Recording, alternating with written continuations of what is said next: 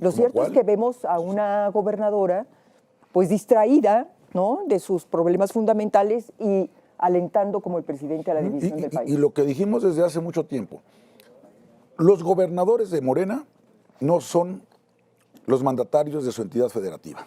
Son empleados del presidente, lacayos del presidente. Ah, bien, no, yo digo lo de Colima porque también. la gobernadora de Colima, en la visita arrastrada que hizo el presidente, bueno, pues se fue contra la marcha ciudadana del 13 de noviembre y se fue contra la idea de que el próximo domingo vestiremos de rosa para continuar esa marcha en defensa del INE y de la democracia. Entonces, a ver, bueno, tú fuiste gobernadora, tienes una experiencia fantástica en la política. Tú vas a ser gobernador. ¿Tú saliste con esas mamadas alguna vez de gobernadora, de dividir al país? Bueno, yo gobernaba. Exacto. Esa es primera diferencia. Sí, me dedicaba. No está de más aclararlo. Me dedicaba a eso. Claro. Y cuando uno gobierna, la verdad es que no pretende estar haciendo que la gente se enoje entre sí, porque es exactamente contraproducente de lo que se supone que es gobernar. Se supone que gobernar es armonizar a la sociedad. Esa es tu obligación constitucional, política, moral, ¿no? Como gobernante. Ética y jurídica. Claro.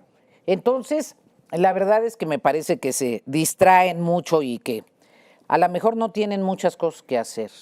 Pero Colima tiene algunos problemas. ¿Algunos? Pequeños. Qué barbaridad. Era Colima, yo me acuerdo, no hace más de, ¿qué será? ¿Qué 6 años? Ponle 6 años. Era el tranquilísimo. paraíso. Claro. Era el paraíso.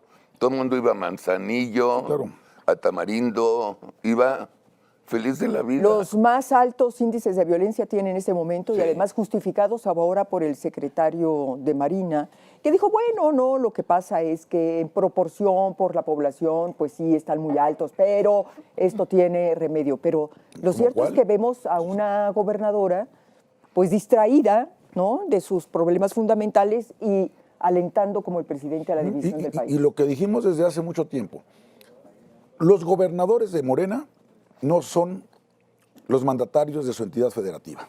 Son empleados del presidente, lacayos del presidente. Lacayos del presidente. Porque con eso incluso lo que está haciendo López Obrador es golpear durísimo el pacto federal. Federalismo. Fíjate, el federalismo. Todo el tiempo está golpeando el federalismo, incluida su payasada esta de reforma electoral, que busca desaparecer los órganos electorales de los estados, locales, los tribunales locales, y todo lo quiere desaparecer. Con el manejo discrecional del presupuesto, las participaciones de estados y municipios, el fortalecimiento de las policías estatales y municipales. La desaparición de los fondos. Desapareció el fondo Fortamun, que era para respaldar los municipios. El Fortaseg. Desapareció el Fortaseg, el fondo que tenía que ver con respaldar las remuneraciones y las capacitaciones de los policías locales y el equipamiento. Una centralización enorme. En el caso del sector agropecuario, desapareció todos los programas que eran de cooperación, con cooperación estatal de las organizaciones y federal. Sí, una tendencia centralizadora enorme. Pues sí. Entonces, si no tienes una voz autónoma, ¿por qué crees que fue el embate contra Cabeza de Vaca? ¿Por qué crees que fue tan dura la venganza política? Pues porque crearon la Alianza Federalista, porque pidieron revisar el pacto fiscal, porque instaló 9 plantas de energía eólica en Tamaulipas, porque fue una controversia constitucional contra la política energética del gobierno. Es decir, porque verdaderamente combatió la delincuencia con sus policías estatales y con muy buenos resultados. Y el presidente no soporta que le lleven la contra. Mira, fíjate, ahorita a propósito de lo que dices, hoy en la mañana seguramente escucharon la entrevista que le hicieron a Ricardo Monreal. ¿Cómo no? Entonces, bueno, Ciro, se la hizo Ciro. Entonces, bueno, el tema era precisamente ese. Ricardo Monreal se quejaba, dijo, bueno, pues es que yo no soy una oficialía de partes, es decir, yo soy un senador, pertenezco a un poder independiente o autónomo, y lo que quiere el presidente pues son senadores a modo, son senadores bajo su control, gobernadores, diputados, senadores. Entonces, bueno, es efectivamente la centralización del poder, ¿no? Y bueno, y ahora vamos a tener una marcha que me parece que va a carecer de absoluta legitimidad, la del próximo domingo, porque bueno, en contraparte que tuvimos una marcha el 13 de noviembre que fue ciudadana, eminentemente ciudadana, esta será una marcha de acarreados, absolutamente. Y además, bueno, pues el presidente, yo creo que es la primera vez que vemos a un presidente que convoca una marcha para dividir a los mexicanos, para confrontar a los mexicanos. Literal. Y de alguna manera yo creo que para ocultar el fracaso de su gobierno con respecto a la reforma electoral. Pero lo que él está diciendo es que esta marcha es para celebrar los logros de la Cuarta Transformación. Por el amor de Dios, que me digan uno, con uno que me digan, me callo el hocico. Uno. De veras. A ver, los logros. ¿Logros? ¿Por qué no lo hizo? Perdón, ¿por qué no lo hizo en el 3, 2 y en el 1? ¿Por qué en el 4? Sí. Sería la pregunta. ¿Por qué 15 días después de nuestra marcha? Si él brillantemente dijo que el 70% de los mexicanos están a favor y están con él, pues ¿para qué carajos haces Pues una claro. pinche marcha si el 70% te adora? Sí. O sea, Beatriz Paredes, no entiendo ni madres, te lo juro, no entiendo nada.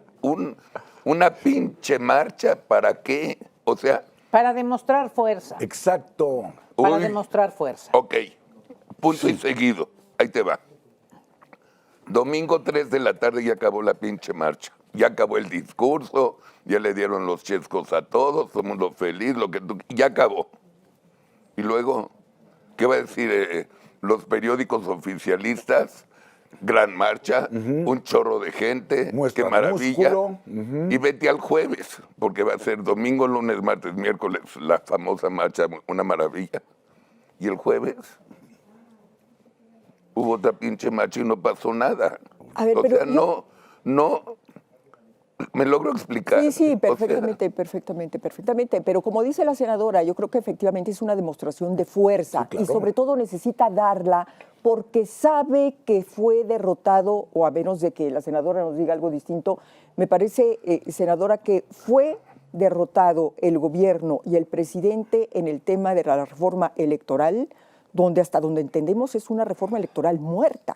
Sí. Y yo no sé, nosotros la vimos que usted participó en la marcha ciudadana, ¿verdad? Ahí iba en silla de ruedas, pero ahí iba, estaba presente. Qué bonito. Y creo que eso de alguna manera le permitió a los partidos políticos tomarle la temperatura clara al reclamo social para al final del día tomar la decisión de votar en contra de una reforma electoral regresiva que atenta contra la democracia del país. Pero a ver, usted diga. Yo creo que el resultado de la marcha ciudadana fue notable, hubo una gran presencia voluntaria, espontánea, de mucha gente de muy diversas naturalezas, de diversas filiaciones y mucha gente sin partido, Además, sí. sobre todo. La mayoría. Sí. Sobre todo. Hubo una presencia de familias completas, entusiasmo, un gusto por el ejercicio democrático. Me parece que se sorprendieron. Y creo que a una sorpresa en donde la gente salió a participar, en primer lugar, porque se puede, porque vivimos en un país en donde tienen que respetar el derecho a la manifestación y el derecho a la libertad de expresión. Segundo, porque la causa es legítima, la defensa de la democracia mexicana, que no haya retrocesos, que no se debilite al Instituto Nacional Electoral, ni se jueguen fuegos de artificio para complicar los procesos electorales, ni se eche para atrás 40 años de evolución que le ha costado a todos los demócratas del país, de centro, de izquierda, de derecha, a todos los demócratas del país, muchas gentes de Morena que pugnaron en su momento por la autonomía y por la independencia del Instituto Nacional Electoral. Entonces, a la sorpresa, están reaccionando políticamente. Yo no quiero enjuiciar la marcha del domingo. La gente que venga, convocada de otra manera, y con otro tipo de respaldos, bueno, tiene derecho también a manifestarse. Sin duda. El punto es si vamos a dirimir las cosas en México confrontando.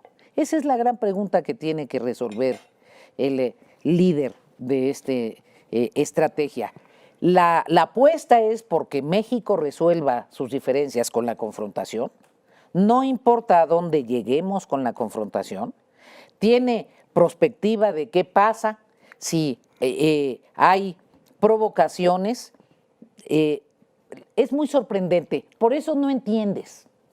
Porque no es la actitud que debería tener un gobernante. Exacto. Es la actitud de un dirigente político de oposición. Claro. Exacto. De oposición. Él sigue en los pozos petroleros. Sí, claro. Sí, hubo un asunto, se detuvo, así, engarróseme ahí. Se quedó atrapado. Las estatuas se quedó de marfil. atrapado. Entonces, es una estrategia de oposición. Sí, claro. Y con todos los recursos institucionales. Eso es la pequeña diferencia. Por eso no entiendes, no es racional. No, ándale. Desde la perspectiva de la institución presidencial. Teóricamente, un jefe de gobierno ya se procesó legislativamente, tienen la mayoría, podrán hacer lo que les dé su mayoría. No se pueden reformas constitucionales porque la ciudadanía no quiere. No quiso. Y la ciudadanía le exigió a los partidos políticos.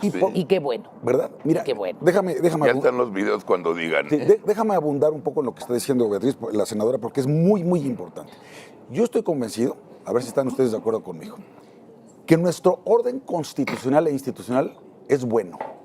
Lo que hemos logrado en estas últimas 3, 4 décadas es bueno. Yo también. Un régimen constitucional donde tienes derechos humanos fundamentales perfectamente consagrados, con una interpretación conforme que te la da la Constitución, más los convenios internacionales de los que México es parte, y que hay 2 principios fundamentales, el principio pro persona y el principio de progresividad, para que nunca haya retrocesos en materia de derechos humanos. Tienes división de poderes, tienes órganos constitucionales autónomos, tienes una constitución rígida, que significa que no puede ser modificada por la mayoría simple que cualquier legislación secundaria, es decir, necesitas 2/3 partes de los individuos presentes en ambas cámaras del Congreso, más la mayoría de las legislaturas locales, y eso es precisamente lo que en el 21 la ciudadanía el mandato que le dio a los partidos vía el Congreso. Es decir, no toquen la Constitución porque este güey es un peligro para México. ¿Sí?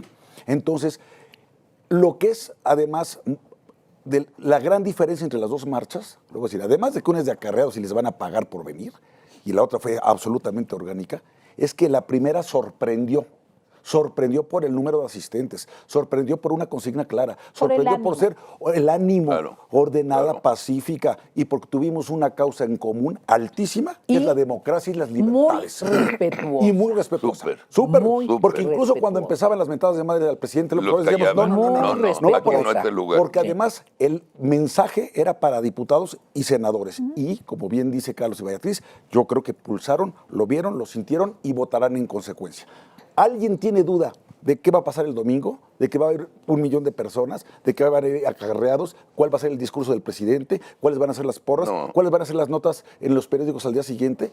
Es absolutamente predecible, absolutamente predecible.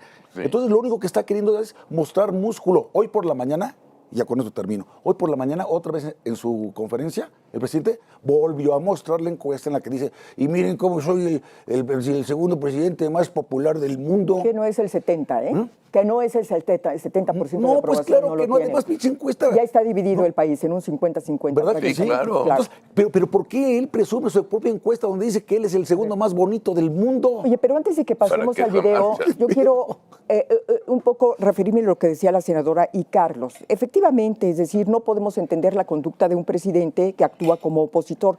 Lo que pasa también, Carlos, es que creo que López Obrador es un populista autoritario de texto. Es de libro. Cuando tú lees la descripción de un populista autoritario, es exactamente qué es. ¿Qué es un populista autoritario? No le gustan las instituciones, no le gustan los partidos políticos, no le gusta el Congreso, por supuesto, no le gustan las leyes, naturalmente, porque considera que él Él en su persona representa todo eso. Él encarna el Ahora, poder. yo quisiera preguntarle algo a Beatriz Paredes. Ella ya declaró, ella dijo que quiere ser candidata a la presidencia de la República. A ver, Beatriz, yo supongo que el próximo presidente o presidenta de México va a tener, entre muchos otros desafíos, porque creo que este país va a quedar en un estado de especie de estado de guerra una vez que termine este sexenio. Y en el tema de la unidad, ¿cómo reconstruiría usted la unidad de este país? Porque López Obrador ya logró enfrentarnos por razones de raza, por razones de carácter socioeconómico, por razones culturales, por razones de ideología. Hoy, en un centro de trabajo, ya hay agresiones hacia una persona que no corresponda al perfil que defiende López Obrador. Ser blanco ahora ya resulta ser una ofensa. Sí, sí. Tener determinado perfil de vestimenta ya también resulta Ser una clase ofensa. mediero. Entonces, no sé, pero a ver, Beatriz, ¿cómo reconstruiría la unidad de México? Es una pregunta esencial, Tocaya. Mire, primero convocaría a un diálogo muy amplio. Creo que es esencial que haya diálogo. Diálogo entre los distintos, diálogo entre los diversos, diálogo entre las mayorías y las minorías. Un diálogo respetando los planteamientos que te hacen. Segundo, revitalizaría el pacto federal. Pues claro. Le daría su lugar a los gobernadores. Si son de Morena, son Bienvenido, gobernadores. claro. Punto. Habría respeto para la representatividad institucional, independientemente de su origen partidario. Le daría mucha mayor vida y su nivel real de interlocución a los gobiernos estatales y a los gobiernos municipales. Porque la división también es de alguna manera territorial. Este conflicto entre el norte y el sur, que es muy delicado. Sí, es separatista. Es muy delicado. ¿Y en voz del secretario de Gobernación? Es muy grave. Tercero, convocaría a un gran pacto en favor de la seguridad. Si hay algún tema en donde los mexicanos tenemos que estar unidos para pasar a otro estadio, es en el de la inseguridad pública. Es gravísimo.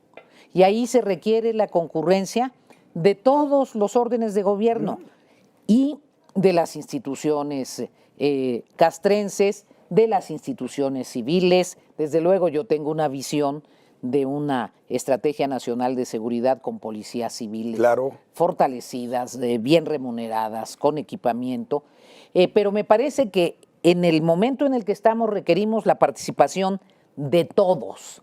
Y en el caso del gobierno, integraría un gobierno plural, donde convocaría a las fuerzas que participen en la alianza y convocaría a gente que incluso simpaticen con esta estrategia, que sean racionales y sensatas.